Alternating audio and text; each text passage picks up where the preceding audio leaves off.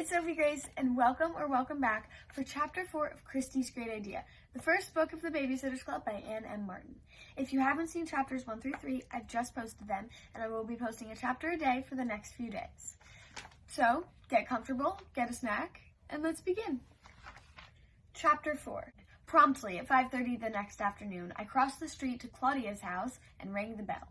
Claudia answered it again. This time she was wearing a yellow and black checkered shirt, black pants, red jazz shoes, and a bracelet that looked like it was made from a telephone cord. Her earrings were dangling jointed skeletons that jumped around when she moved. I noticed she wasn't wearing any makeup. "Mom and Dad wouldn't let me," she said. "Well, got away with the skeletons."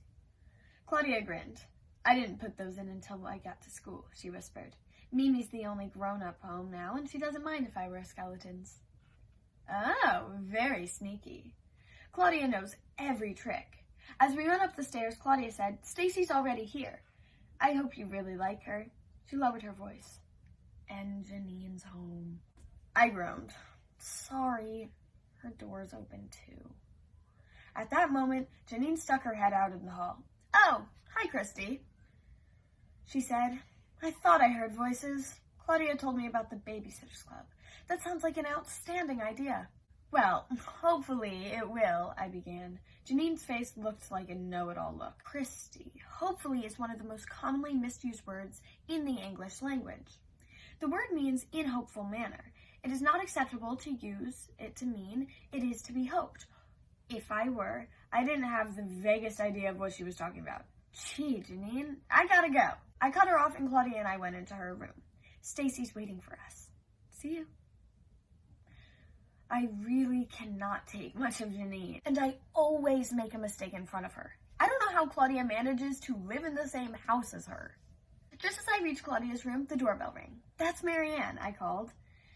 "I'll let her in, Claude." I ran downstairs, opened the door, warned Marianne about Janine, then ran back upstairs with Marianne at my heels.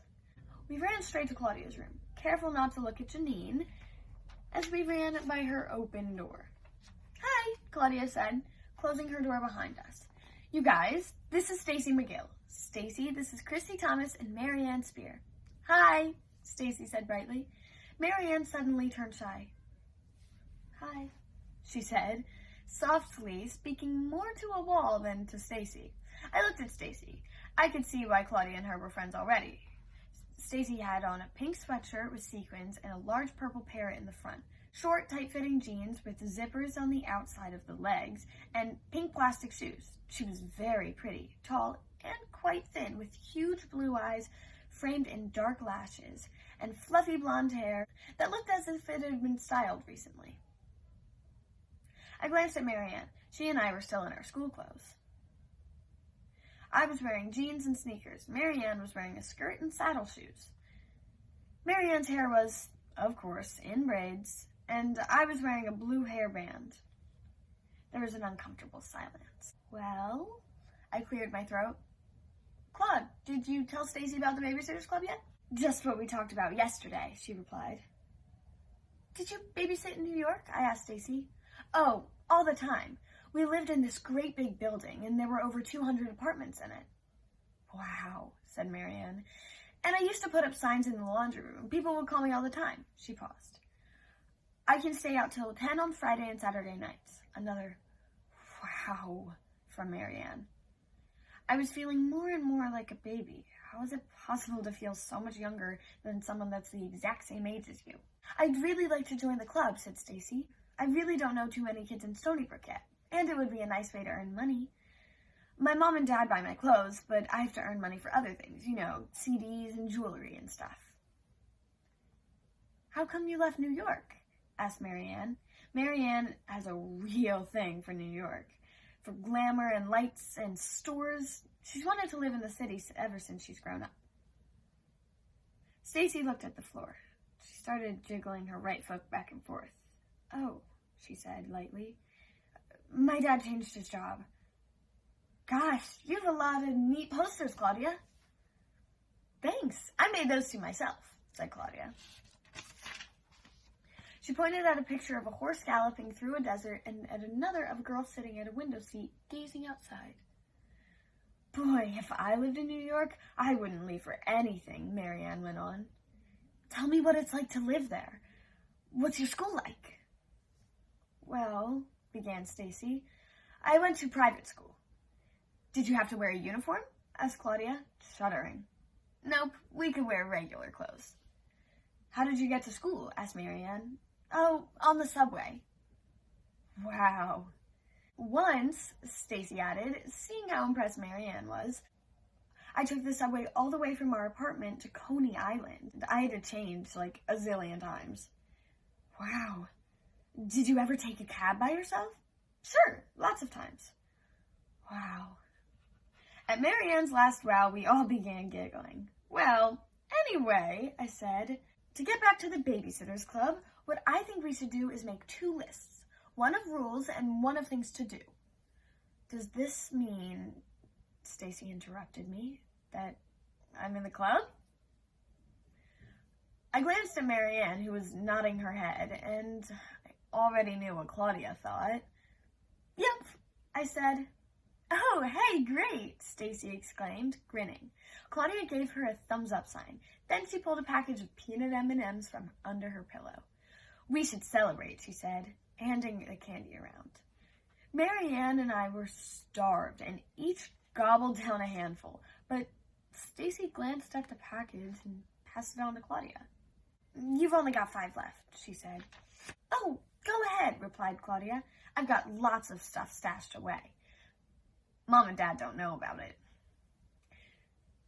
She had bubble gum in her underwear drawer, a chocolate bar behind her encyclopedia, a package of Twinkies in her desk drawer, and some wintergreen lifesavers in her piggy bank. No thanks, said Stacy. I'm, on a diet. You? I cried. You're skinny already. Stacy was the first person my age who I knew was on a diet. How much do you weigh? I demanded. Kristy, Claudia exclaimed, that is none of your business. But it's not safe to diet if you don't need to. That's what my mom said. Does your mom know you're dieting? Well, see, I bet she doesn't. At that moment, someone knocked on Claudia's door. Marianne, Janine called. Your father phoned on the other line. He's saying it's time for you to go home. Marianne looked at her watch. 6:10, she cried. Oh no, I'm late. Dad hates it when I'm late. Thanks, Janine. I have to go, you guys. Wait, I said. We didn't finish making our plans. Let's meet tomorrow at recess, suggested Claudia. Really? I said. Recently, Claudia has been spending recess watching the cute boys play basketball. She never wants to play foursquare or tetherball with Marianne and me. Sure, she said. As soon as we're done with lunch, we'll meet outside the gym door. Somebody remember to bring pad, paper, and pen. I will, I volunteered. Marianne stood up and practically flew home. I'd better go too, said Stacy. Me too, I said. Claudia walked us to the door and we went our separate ways. The Friday lunch at Stony Brook Middle School was always the same. Sloppy Joes, red Jell-O with canned fruit in it, a dinky cup of coleslaw, milk, and a fudgesicle. I truly ate it, except for the fudgesicle. After Marianne and I had forced down as much as possible, we went outside to wait for Claudia and Stacy. We hadn't sat with them in the cafeteria because they were eating at a table with the most sophisticated 7th grade girls, whom we hardly knew, and some boys. How they could eat with boys was beyond me. The boys are always doing gross things like smushing peas and ravioli in their milk cartons to see what colors they can make. Claudia seems to think those things are hilarious. So Marianne and I reached the gym door first. We played a fast game of tetherball when we waited. I won. I usually do. I'm pretty good at sports. Hi, you guys, called Claudia about 10 minutes later. She and Stacy were walking across the playground. Hi, I answered. The 4 of us went to a quiet corner of the school building and sat down on some empty packing crates. I've got a paper and pen, I said, and something else. I pulled the list I had made from Tuesday night from my pocket and pointed to section 2. Which was labeled advertising. This is what we've got to do next. Let people know what we're doing. Right, agreed Claudia. From underneath an outrageous felt hat, which our teacher wouldn't allow her to wear in the classroom. I think flyers are the best way to tell people about our club. We can make up a nice ad and my mom can copy them in her office. Then we can stick the copies in people's mailboxes. We can do it in our neighborhood, on other streets too, anywhere that's in bike riding distance. Marianne, your dad would let you sit in another neighborhood if it weren't too far, wouldn't he? I guess so, Marianne replied uncertainly.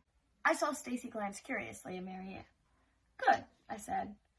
Now, we already have a name, the Babysitters Club. Do you think we should have some kind of symbol or sign too? You know, the symbol that's on the Girl Scout cookie, or the sun that's on the stationery my mom's company uses. Yeah, said Stacy, that's a good idea. We could put it on the top of our flyers. Claudia, you could draw it for us. I don't know, said Claudia. Come on, you're a great artist, I exclaimed. You can draw anything. I know I can draw, but I'm not good at symbols and stuff. Janine's better at those things. Oh, forget Janine, I said. Anyway, we're all going to think of the symbol. We're a club. We have to agree on things. Now, what could we use? Well, said Marianne, it could be either something that has to do with babysitters, like a child or a helping hand, or it could be something like a rainbow or a shooting star or a frog. A frog? I burst out. I began to giggle. So did Claudia and Stacy. Marianne looked embarrassed. Then she began to laugh too. How about a warthog? Suggested Claudia. A nerd, said Stacy. Dog food. We were all laughing so hard we could barely talk. Okay, let's be serious, I said when we had calmed down. Lunch is going to be over in 10 minutes. How about something with our names in it? Suggested Stacy. Yeah, said Marianne and Claudia and I. But we couldn't think of anything. How about an alphabet block with our initials on it? Said Marianne. Oh, that's cute, said Claudia, but there are 4 of us, and you can't show more than 3 sides of a block at one time. Oh, yeah, said Marianne slowly. Claudia understands that kind of thing way better than we do. Wait a minute, Claudia cried. I've got it. We could draw something like this. She took out a pen and paper and drew this. The Babysitters Club. That's terrific. Really terrific, I exclaimed. It's perfect. Claudia, I stopped. I'd almost said genius, but Claudia's pretty touchy about that word. A pro, I finished. The bell rang and we had to go inside. But first we agreed to spend the weekend working on the Babysitters Club. Thank you so much for tuning in for Chapter 4 of Kristy's Great Idea. Come back tomorrow for Chapter 5. See you then. Bye.